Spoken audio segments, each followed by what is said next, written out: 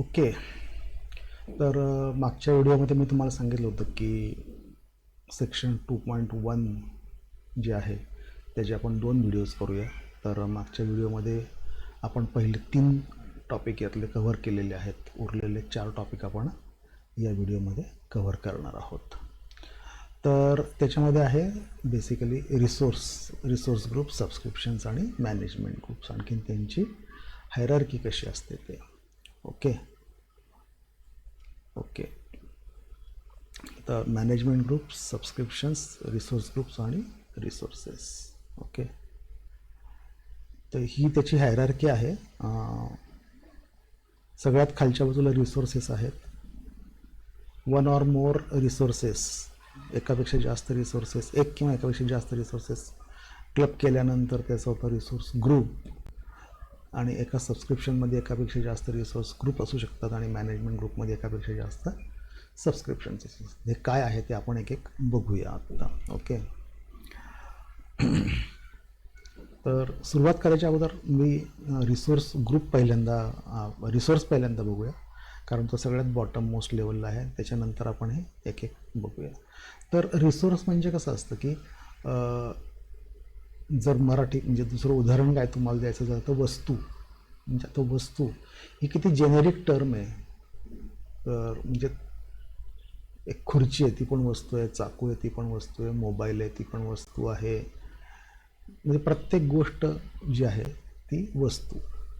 तर ती एक जेनेरिक टर्म आहे. तसं यांनी काय केलं आहे की ॲज्युअरमध्ये जेवढे काही ऑफरिंग्ज आहेत त्यांचे, ते सर्वच्या सर्व ऑफरिंग्सना ते रिसोर्स म्हणतात. ओके. तर फॉर एक्झाम्पल जर तुम्ही बघितलं तर इथे मी एक जस्ट काय म्हणतात सॅम्पल म्हणून एक इमेज इथे दाखवतो आहे. तर हे सगळी जी प्रत्येक त्यांची ऑफरिंग आहे, दिस इज नॉट एक्झॉस्टिव्ह, याच्यापेक्षा कित्येक जास्त ऑफरिंग्ज आहेत त्यांच्या. पण कुठलंही तुम्ही घ्या, व्हर्च्युअल मशीन घ्या, ॲप सर्व्हिस घ्या, एखादा डेटाबेस घ्या, किंवा काय म्हणतात त्याला API management, SQL database, storage account, काहीही. तर ही प्रत्येक गोष्ट हिला ते रिसोर्स म्हणतात. ओके. तर एकदा ते कळालं की मग पुढची गोष्ट कळायला तुम्हाला सोपं जाईल. ओके. तर management groups provide a level of scope above subscriptions. Each directory is given a single top level management group called root. तर मॅनेजमेंट ग्रुप आता मी प्रॅक्टिकली कम्पेअर करायचं झालं 100% मॅप होईल असं नाही, पण आपण प्रयत्न करू. प्रॅक्टिकली बघायचं झालं तर मी मॅनेजमेंट ग्रुप म्हणजे समजा एखादी कंपनी असं आपण गृहीत धरू. ओके. अर्थात कंपनी कितीही मोठी झाली, म्हणजे कुठली एखादी दुसरी मोठी कंपनी घेतली तर समजा एखादी इंटरनॅशनल कंपनी घेतली तर management group may become up काय म्हणतात त्याचा, त्या कंपनीचे एखाद्या देशांची ऑपरेशन्स आहेत तिचा एक मॅनेजमेंट ग्रुप होईल. ओके. तर इट्स ऑल ॲब्स्ट्रॅक्ट खरं सांगायचं झालं तर. ओके. तर आपण आत्ता गृहीत धरू की एक कंपनी म्हटलं तर एक मॅनेजमेंट ग्रुप. ओके. म्हणजे समजा एखाद्या कंपनीनं ठरवलं की आपण ॲज्युअरचे रिसोर्सेस वापरायचे आहेत, म्हणजे क्लाउड अडॉप्टेशन सुरू करायचं, तर कंपनी लेवलला जे असेल ते मॅनेजमेंट ग्रुप. ओके. त्याच्यानंतर सबस्क्रिप्शन्स. तर सबस्क्रिप्शन म्हणजे काय की जी तुमची काय म्हणतात त्याला पेमेंट मेथड आहे थोडक्यात, म्हणजे तुम्ही कुठल्या पद्धतीनं पेमेंट करणार आहे किंवा तुमची पेमेंट सायकल काय आहे, इत्यादी ज्या गोष्टी ज्या असतात त्या सबस्क्रिप्शन लेवलला फिक्स असतात. तर तुम्हाला एकापेक्षा जास्त सबस्क्रिप्शन्स का लागू शकतात, ती जी कारणं दिलेली आहेत त्याच्यामध्येच सबस्क्रिप्शनचं महत्त्व स्पष्ट होतं. When subscription limits are reached म्हणजे काय की एखाद्या सबस्क्रिप्शनमध्ये किती रिसोर्स ग्रुप असावेत किंवा किती रिसोर्सेस त्यात वापरले जावेत, त्याचे काही काही ॲज्युअरने लिमिट्स ठेवलेले आहेत. ते लिमिट्स जर तुम्ही क्रॉस करायला लागलात तर तुम्हाला नवीन सबस्क्रिप्शन तयार करायला लागेल. किंवा वेगळे पेमेंट मेथड्स जर तुम्हाला वापरायचे असतील तर पेमेंट मेथड जी आहे ती सबस्क्रिप्शनला अटॅच्ड असल्यामुळे 2 वेगळ्या पेमेंट मेथडने जर तुम्हाला पेमेंट्स करायचे असतील तर तुम्हाला त्याच्यासाठी वेगळे सबस्क्रिप्शन्स लागतील. किंवा हे सगळ्यात practical, to isolate resources between departments, projects etcetera. Okay. तर आत्ता आपण काही क्षणापूर्वी जे कंपनीचं उदाहरण घेतलं होतं ते जर उदाहरण इथं पुढे नेलं तर तुम्हाला इथं लक्षात येईल की एक कंपनी जर मॅनेजमेंट ग्रुप धरलं तर तिचे डिपार्टमेंट्स आहेत ते सबस्क्रिप्शन्स समजते. म्हणजे काय होईल की प्रत्येक डिपार्टमेंट किती खर्च करते आहे असं जर कंपनीला ट्रॅक ठेवायचं असेल तर ते पॉसिबल आहे, कारण ते सबस्क्रिप्शन लेवलला बिलिंग होतं म्हणून. ओके. त्याच्यानंतर रिसोर्स ग्रुप. ओके. तर रिसोर्स ग्रुप म्हणजे काय, तर a container that holds related resources on the Azure solution. Okay. आणखीन सगळ्यात महत्त्वाचं, use to group resources that share a common resource life cycle. हे सगळ्यात महत्त्वाचं. तर रिसोर्स लाईफ सायकल म्हणजे काय ते आपण समजून घेऊ, म्हणजे तुम्हाला रिसोर्स ग्रुप एकदम क्लिअर होऊन जाईल. ओके. तर कंपनी आपण बघितलं, कंपनीमधलं डिपार्टमेंट आपण बघितलं, कंपनीमधल्या डिपार्टमेंटमध्ये समजा प्रोजेक्ट आहे. ओके.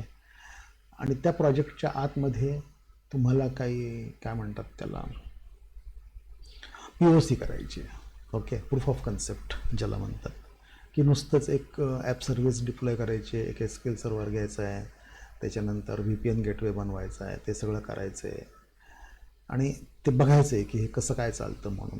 ओके.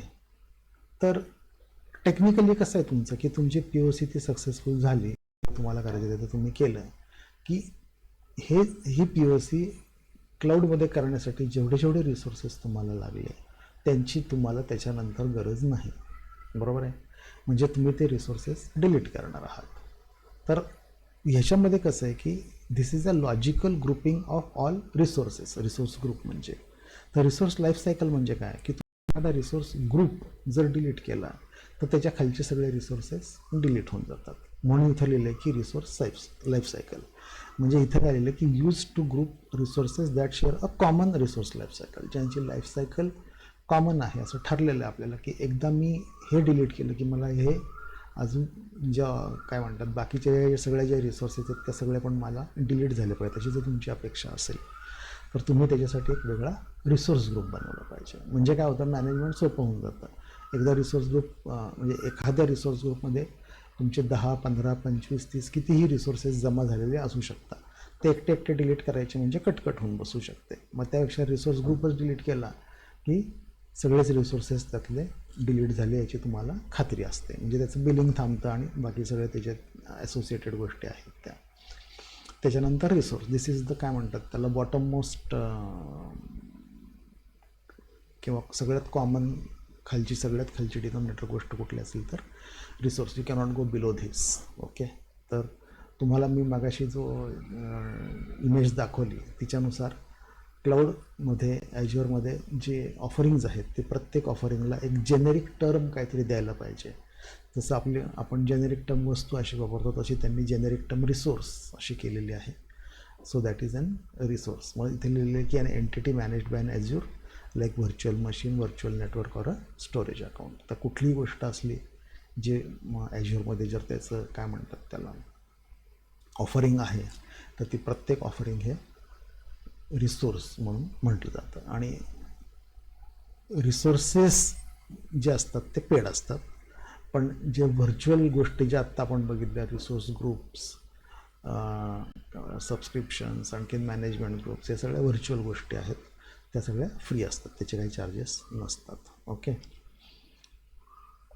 तर आपण इथे परत एकदा बघूया की हा सगळ्यात मोठा वरचा कंटेनर जो आहे लॉजिकल कंटेनर, तर तो आहे मॅनेजमेंट ग्रुप.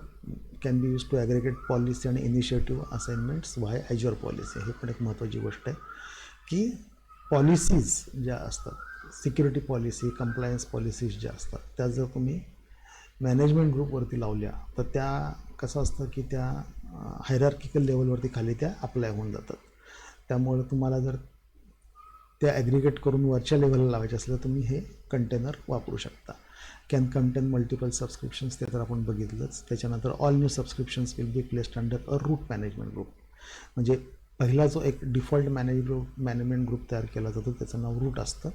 आणखीन कुठलंही नवीन सबस्क्रिप्शन, म्हणजे तुमच्याकडे जर एकापेक्षा जास्त मॅनेजमेंट ग्रुप्स असतील तर नवीन सबस्क्रिप्शन तयार केलं तर बाय डिफॉल्ट ते रूट मॅनेजमेंट ग्रुपमध्ये जातं. Otherwise you have to choose. Okay. तर हे ग्राफिकली ते दिसतं इथे की मॅनेजमेंट ग्रुपच्या आतमध्ये subscriptions 1 or more. Unit of management, billing आणि काय म्हणतात scale within the Azure. Serve as a management country for assigning Azure policies, governing आणि आयसोलेशन. हे बरोबर आहे की तुम्हाला जर कुठल्या सिक्युरिटी पॉलिसीज वगैरे अप्लाय करायच्या असतील, जसं मॅनेजमेंट ग्रुपवरती जशा तुम्ही अप्लाय केल्या तशा तुम्ही सबस्क्रिप्शन लेवलवरती पण अप्लाय करू शकता. आणि जेव्हा तुम्ही त्या सबस्क्रिप्शन लेवलवरती अप्लाय करता तेव्हा त्या सगळ्या पॉलिसीज त्यातल्या आतल्या सगळ्या रिसोर्स ग्रुपवरतीच आणि अनुषंगाने त्याच्या आतल्या सगळ्या रिसोर्सेसवरती ॲप्लाय होतात. ओके, तर हे ज्याला ॲबस्ट्रॅक्शन म्हणतो आपण, की कुठली गोष्ट लॉजिकली ग्रुप करून तिला मॅनेजमेंट सोपं करायची, त्यातला हा थोडक्यात प्रकार आहे. ओके, तर हे सबस्क्रिप्शन झालं.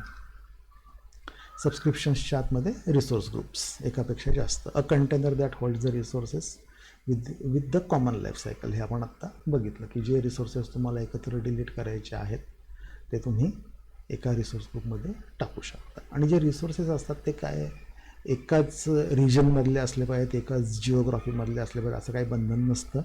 रिसोर्सेस ॲज्युअरमधले कुठलेही रिसोर्सेस जे तुम्हाला अवेलेबल आहेत ते तुम्ही वापरू शकता, आणखीन ते त्या रिसोर्स ग्रुपमध्ये टाकू शकता.